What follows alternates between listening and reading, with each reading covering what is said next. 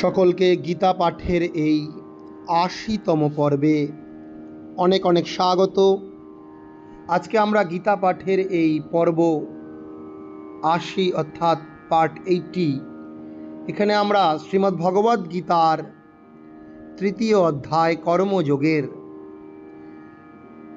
৯ নম্বর শ্লোক এবং ১০ নম্বর শ্লোক অধ্যয়ন করব এবং আমরা জানব যে কেন আমাদেরকে কর্ম করতেই হবে এবং কিভাবে কর্ম করলে সেই কর্ম আমাদের বন্ধন অর্থাৎ দুঃখের কারণ হবে না।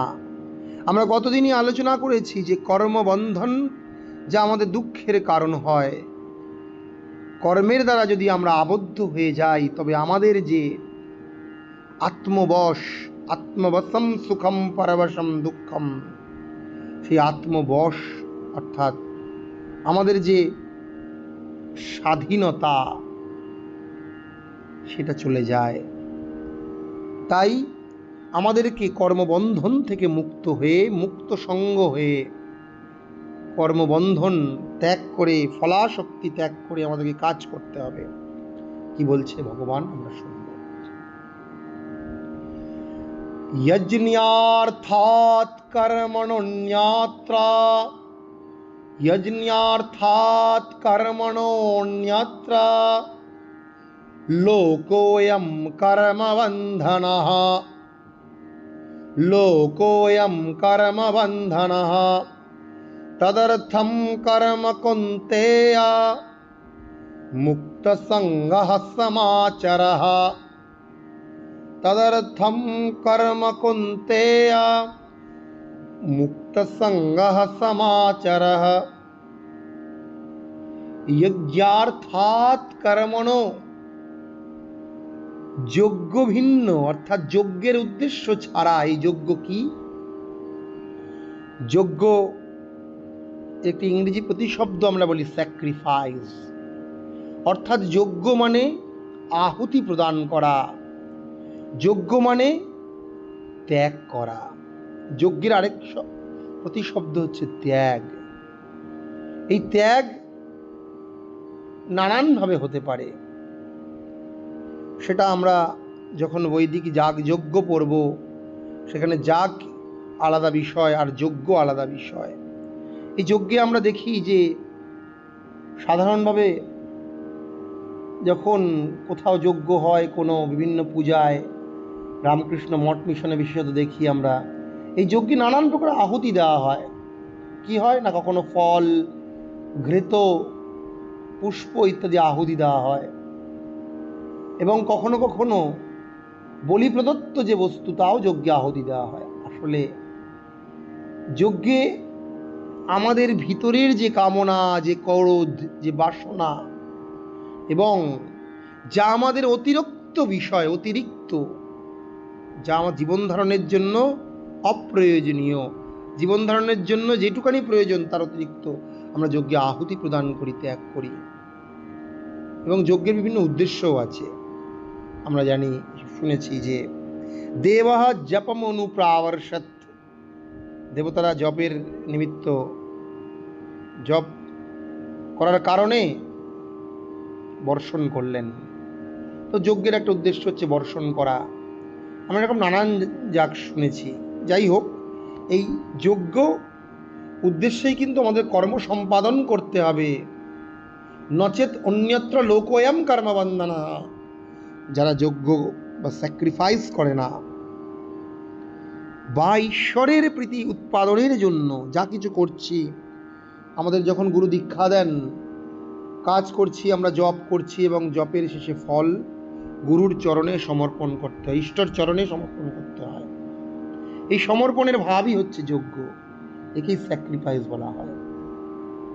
গুরু দক্ষিণাও কিন্তু এই এক প্রকার ভাব, যে কর্ম সেই কর্মের ফলে নিবেদন করা। ত্যক্ত্বা কর্ম ফলাসঙ্গম নিত্য তৃপ্ত নিরাশ্রয় বলা হবে। তো এইভাবে কাজ করতে হবে। আর যেখানে এরকম যজ্ঞের উদ্দেশ্যে কর্ম করা হবে না, অন্যত্র লোকয়ম, সবাই কিন্তু কর্মের বন্ধনে আবদ্ধ থাকে। তদর্থম কর্ম কুন্তেয়, হে কুন্তেয়, হে অর্জুন, হে কুন্তিপুত্র অর্জুন, মুক্ত সঙ্গঃ, আসক্তি শূন্য হয়ে, তদর্থম কর্ম সমাচার, তুমি সেই যজ্ঞের উদ্দেশ্যেই, সেই স্যাক্রিফাইস, সেই ত্যাগের উদ্দেশ্যেই কিন্তু তুমি কর্ম করো।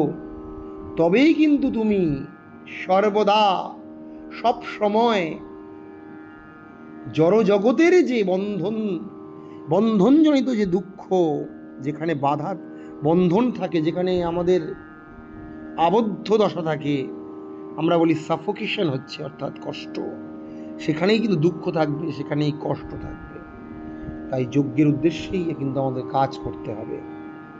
আর 10 নম্বর শ্লোকে কি বলা হচ্ছে? সহ যজ্ঞাঃ প্রজাঃ সৃष्ट्वा পুরবাচ প্রজাপতিঃ। সহ যজ্ঞাঃ প্রজাঃ সৃष्ट्वा পুরবাচ প্রজাপতি। অনেন প্রসবিষ্যধ্বম এষ বস্ত্বিষ্টকামধুক্। অনেন প্রসবিষ্যধ্বম এষ বস্ত্বিষ্টকামধুক্। বলছে কিনা, সৃষ্টির প্রারম্ভে এই যে যজ্ঞের আবশ্যকতা, যজ্ঞের উপযোগিতা বোঝাতে গিয়ে ভগবান শ্রীকৃষ্ণ অর্জুনকে বলছেন যে সৃষ্টির আদি লগ্নে পুরা সহজ যজ্ঞাঃ, যজ্ঞের সহিত যেমন যজ্ঞ সৃষ্টি করেছিলেন, তার সাথে সাথে প্রজা, সকল প্রজা সাধারণদেরও তিনি সৃষ্টি করেছিলেন। পুরাকালে প্রজাপতি, সেই সৃষ্টিকর্তা ব্রহ্মা, যজ্ঞ সহযজ্ঞাঃ প্রজা সৃষ্ট, প্রজাদেরকে সৃষ্টি করে উবাচ বলেছিলেন, ওয়াহ, তোমাদের কি হবে না, তোমাদের এষ যে ইষ্ট কামধুক, তোমাদের যে ইচ্ছা, তোমাদের যে অভীষ্ট কামনা, তা কিন্তু পূরণ হবে। কিভাবে না, এইভাবেই, এই যজ্ঞের দ্বারাই তোমরা প্রসবিষ্যধ্বম, বৃদ্ধিপ্রাপ্ত হবে, সমৃদ্ধি লাভ করবে। এর ফলে তোমাদের ইষ্ট কামধুক অস্তু, তোমাদের যে অভীষ্ট ইচ্ছা, অভীষ্ট যে বাসনা, তা কিন্তু পূরিত হবে। এখানে যজ্ঞ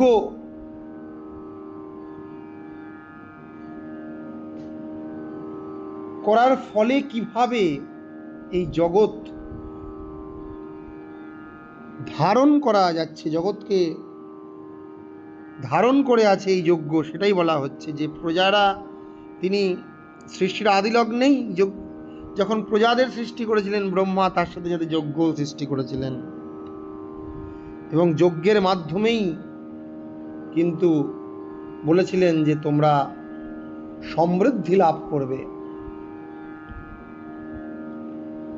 তো আজকে আমরা এই দুটো শ্লোক শ্রীমদ্ ভগবদ্ গীতার 9 এবং 10 অধ্যয়ন করলাম গীতার এই 80তম পর্বে। পরে আমরা আরও অধ্যয়ন করব, আর দুটো শ্লোকের আরেকবার আমরা অভ্যাস পদ্ধতি জানব। যজ্ঞার্থাৎ কর্মণ্যত্র লোকোয়ম কর্মবন্ধনঃ তদর্থম কর্ম কুন্তেয় মুক্ত সঙ্গঃ সমাচর।